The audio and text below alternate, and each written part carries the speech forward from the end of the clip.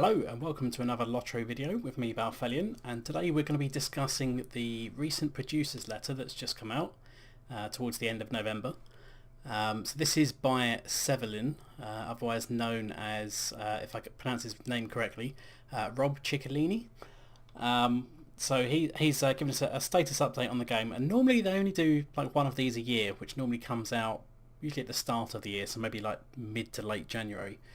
But there's one that's just come out now, which has set up some rather interesting things, not only for update 22, which will be releasing at some point before Christmas, but also for 2018 as a whole. So we're going to go through that today, paragraph by paragraph, and have a read through there. Now, some things are pretty obvious and spelled out that there's no interpretation. Other things are a bit vaguer, so we can discuss those, and maybe you guys can let me know what you guys think in the comments as well. So we're going to go through paragraph by paragraph then. So starting off, Severlin says, "Greetings and thank you for being a part of the Lord of the Rings Online. 2017 has been a huge year for us. This was not only our first full year as Standing Stone Games, but was also the year we realised one of the most exciting dreams we had for more than a decade, bringing you Mordor, the fate of the One Ring and the fall of Sauron." So if you guys have been following the devs at any point during LOTRO's history, especially the ones that are quite knowledgeable about the lore, they've been looking forward to kind of like getting to this point in the story for ages. They do speak quite fondly of it. So if you don't know, if you've been away from the game, the Mordor expansion is out now, so at this point in the story the ring has just been destroyed, but there's still quite a bit of the story left in terms of the books, just to wrap up things. So we've still got Aragorn's coronation, we've still got his wedding as well to Arwen. We haven't done the scouring of the Shire. You know, there's still a whole lot of like epilogue stuff still to go. But on the whole, I think Mordor was pretty solid. You know, it's nothing spectacular. I think they played it pretty safe as well. They didn't try to do some half-baked new like extreme system like mounted combat or whatever, which just kind of irritates people and leaves them feeling a bit unfulfilled. So they stuck it safe. I mean, Mordor's not really a nice looking place, but they did pretty well with the story, without going into specifics for those of you who might not have had a chance to play it yet, especially since it's only just been released in the store along with the High Elf for purchase with just the LOTRO points. Previously you had to pay real cash to get it, so I know some of you might still be playing through that, but yeah, it's pretty reasonable. But there's still loads of official canon Lord of the Rings book stuff to go, never mind other stuff which can be drawn from the appendices. It's like the war that's going on in the north, you know, the wars that are still to come, like when Aragorn rides south to clean out all the allies of Sauron that are still causing trouble in like South Gondor and the likes, as well as whatever stories they come up with on their own that's not actually canon. So it'd be interesting to see what they come up with there. So moving on, 2017 also marked the start of a new long-form tale of our own with the release of the Black Book of Mordor. We're excited to further explore the lore and setting of Middle-earth for years to come, both by telling our own stories and continuing to add the most iconic encounters, locations and developments from the trilogy to the game. So, for those of you who haven't played through, the Black Book of Mordor is kind of like an epic story that's not, you know, volume, book, chapter and all that. It's a pretty interesting story to play through. So it's basically a way of they can tell other epic-like stories without actually doing an epic. And these means that theoretically, I'm not sure whether they're going to do it all underneath the Black Book of Mordor banner, which implies they are later on in this letter, versus doing several different kind of books for different geographical regions or plot lines. But the interesting point they put in this paragraph is they want to continue to add the most iconic encounters, locations and developments from the trilogy. So they mean the original Lord of the Rings books, even though it's strictly speaking one book, even though it's split into three, but whatever. Not specifically The Hobbit, but, you know, anything else that we could still put in there So scouring the Shire would be a major start, even though that's strictly speaking the Shire. But they are definitely going to be rounding out other places that aren't from the trilogy as well, which we'll get onto in a moment. So going on to the next bit. The Black Book of Mordor's plot continues in Update 22, leading to Northern Mirkwood. So this is something players have been after for ages, ever since the original Mirkwood expansion came out. People have been saying, okay, well, this is Southern Mirkwood, around Dol Guldur, and the surrounding areas near that fortress, but people were interested in Northern Mirkwood, which is basically the parts of Mirkwood that Bilbo and the dwarves travelled through as part of The Hobbit. So we're talking like the Old Forest Road, Thranduil's Halls, which then leads out through the Forest River to Laketown, Erebor, and so on and so forth. But we haven't had any of that yet, and that's pretty iconic in terms of the overall story of Middle-earth. We have briefly had bits of the town of Dale in the Bells of Dale instance, and also the surrounding areas of Erebor and just outside the gates of Erebor, as part of some of the raids that were part of the Erebor cluster. There's also like a little bit of it that you can access that came with Mordor to do with the allegiance system, but I won't go into too much detail about that. Just in case any of you haven't poked around in there, but that's part of the Dwarven Allegiance if you guys want to have a look.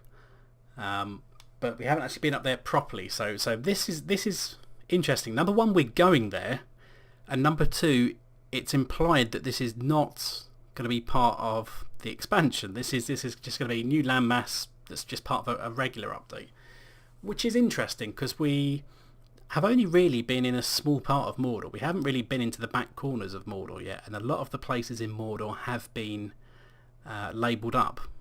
So logically it would have followed that maybe we'd continue into Mordor and start liberating some slaves and stuff, but no, we're going to divert straight up to Northern Mirkwood. So it'll be interesting to see what's going on there. So carrying on then, we are busy developing this region, including Thranduil's Call, so that's what players have been really asking for, Andau, Laketown and Erebor. The lot of it. It's absolutely amazing. But this does kind of flag some alarm bells for me. It's like, we're giving you all of this, which implies that it's all going to be on one map, possibly. So they're kind of... It could be a big map, let's not lie here. But if that's all on one map, it does kind of feel maybe it's going to be a bit rushed to try and cram it all in one go. Could Northern Mirkwood literally just be Northern Mirkwood? And then we could have some separate landmass around Laketown and that. That would be my preference, but we'll see. Who knows? It could be several landmasses anyway.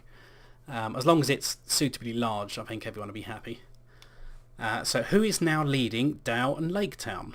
So if we've been reading the lore, we kind of know what's been going on up there. And I think it's actually briefly covered as well in the Erebor raids for the plotline of why you're all riding out and so on and so forth. Why are legions of refugees fleeing from Rhûn? So that's in the east from Erebor, with tales of death and horror on their lips. And why are spiders missing from the forest? And where have they gone? We'll answer these questions and more. We are also already planning for our updates between 22 and 23. So update 22 is the winter update. Update 23 will probably be around the anniversary time, or like April, May, that kind of point in time. Including new additions to the anniversary event and summer festival. So as usual, they're continuing to refine their festivals, but there's also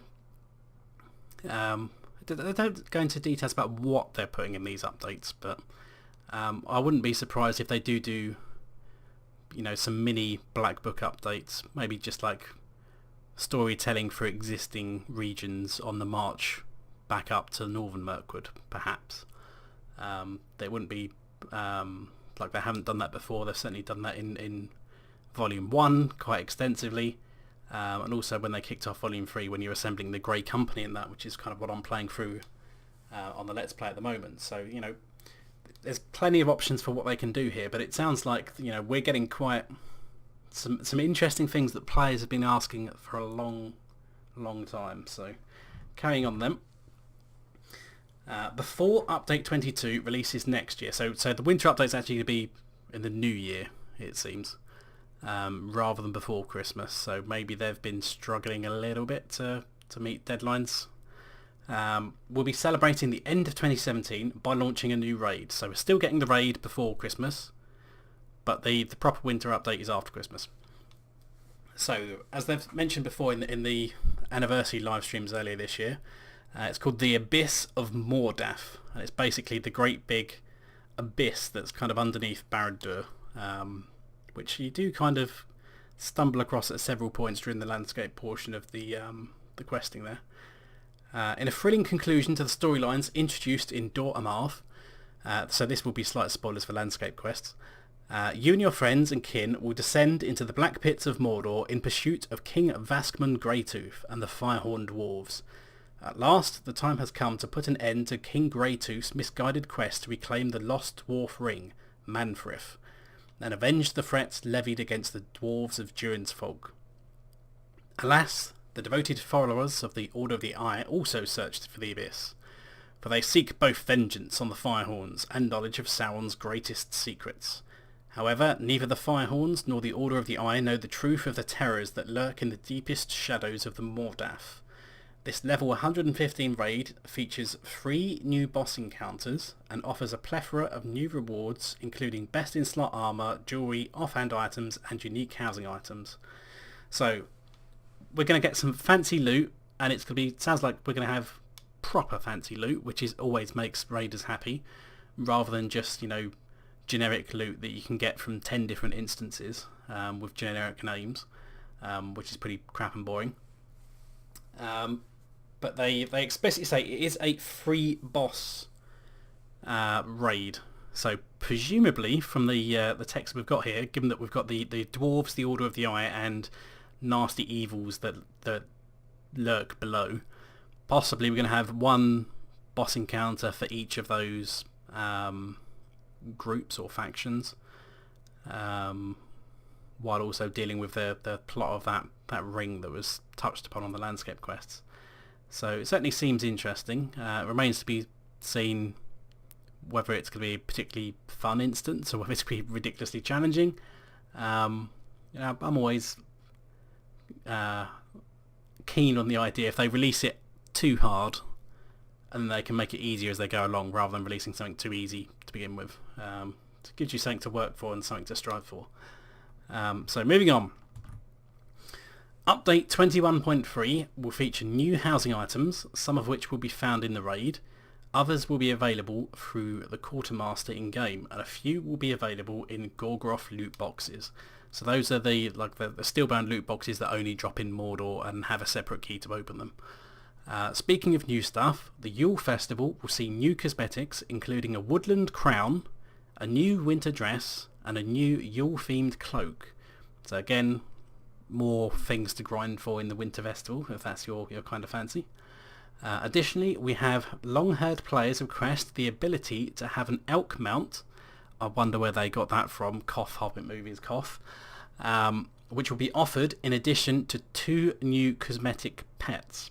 So that's going to be interesting. So I would imagine that what they're going to do with the elk mount is essentially it's going to be a reskinned goat, because they're kind of of a similar kind of body structure that they could probably mount that kind of skin on top of the existing goat skeleton, so they can implement that with relative ease rather than having to design the animations of a brand new body structure. So it'd be interesting to see what that looks like. But you can imagine that you're probably going to see a lot of players riding that around this Christmas. So moving on. One of the projects begun in 2017 that will continue into 2018 is the update of our character avatars.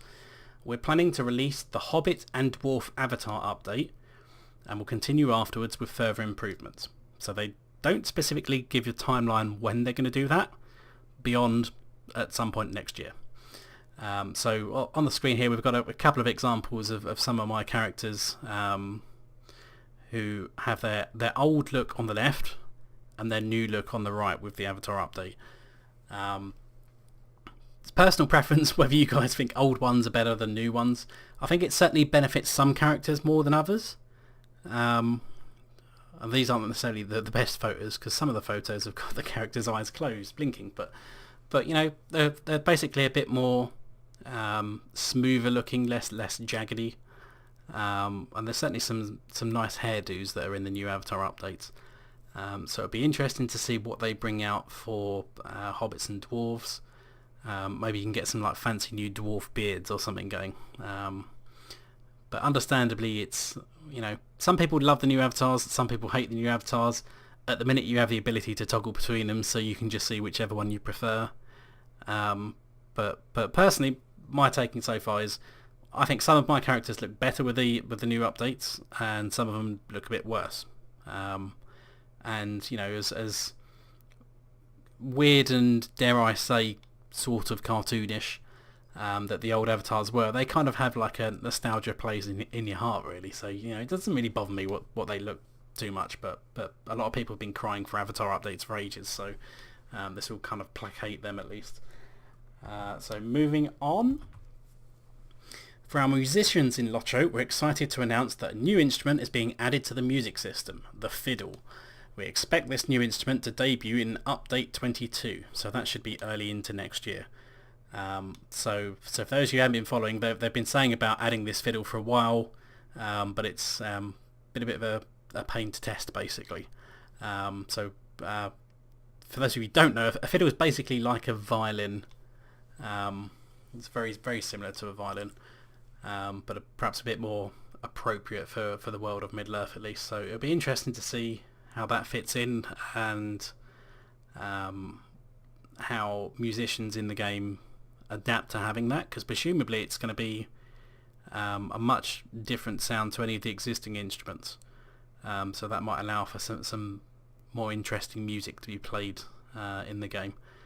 Certainly on my server, because I'm on Laurelin, the European roleplay service. There's always lots of people playing music, doing concerts outside the Prancing Pony and stuff. So it'll be interesting to see how that shakes up the game. So next up, looking beyond Update 22, we know you have been asking to see even more classic moments from the trilogy. We have a way to go before we see Aragorn and Arwen's wedding, but we intend to bring you other well-known parts of the book. In Update 23, we intend to visit Minas Morgul and say a fearful hello to Shelob herself. So it'll be interesting to see how they do that. Whether we're actually going to be having a bit of questing to doing in there, or whether we're just talking, you know, maybe like a small instance or Black Book of Mordor quest line.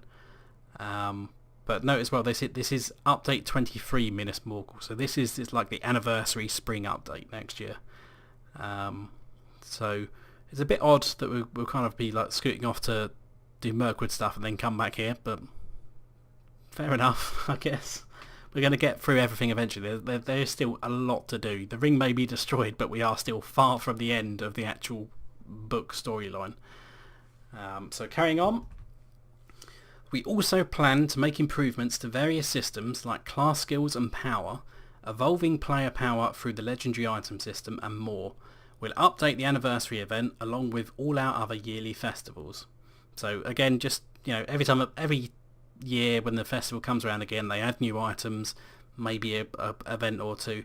In some cases they do major overhauls to completely change the festival, but I don't think we've had a major overhaul in a while, just adding new events here and there. In particular, we're looking forward to seeing Bingo Boffin's Harvestmas Festival Tale that began this year continue into next year, so more Bingo Boffin quests. And then lastly, once again, thank you for helping us bring Tolkien's world to life. We love seeing your concerts, plays, events, live streams, artwork, poetry, writing and more, and we think it's one of the things that really sets our community and game apart. We look forward to another year of celebration with you, Severlin. So again, like most producers' letter, this has dropped some interesting facts overall. So, you know, we've got the fact that we're going to Northern Mirkwood. You know, we're going to be doing some storyline inside Minas Morgul as well next year. We're presumably going to get like the ability to access Erebor, Dow, presumably Laketown as well, as part of open world landscape, rather than just seeing sneak little peeks inside of the instances, which is great. And it'll be interesting to see what happens next year. But yeah, it sounds like we're going to get some interesting land masses that people have been asking for absolutely years. But I, for one, I'm personally looking forward to it. But let me know what you guys think in the comments, because it'd be interesting to see what other people think of this, whether you're looking forward to going to Northern Mirkwood, or whether you'd rather just carry on, finish off, like the Lord of the Rings book trilogy storyline, get the coronation, the wedding, scouring the Shire done first before we start wandering off. I mean, it makes sense in the timeline, because where we are now, we could still say, Sauron's minions are around, we need to clear those guys out, rather than having to invent a new big bad that's risen after the fall of Sauron. But anyway, so let me know what you guys think. Hope you guys have enjoyed this, and stay tuned for more LOTRO content.